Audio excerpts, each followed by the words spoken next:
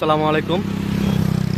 আমরা এখন আছি নরসিংদী জেলা নাগরিয়াকান্দি ব্রিজে। এটা হচ্ছে নরসিংদী জেলার একটি পর্যটন কেন্দ্র।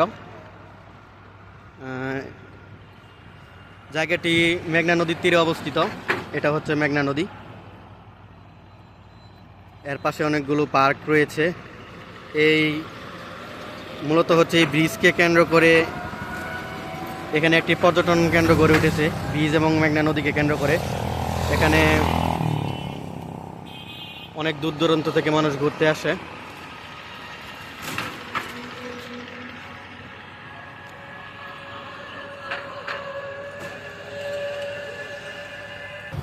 এটা হচ্ছে মেঘনা নদী।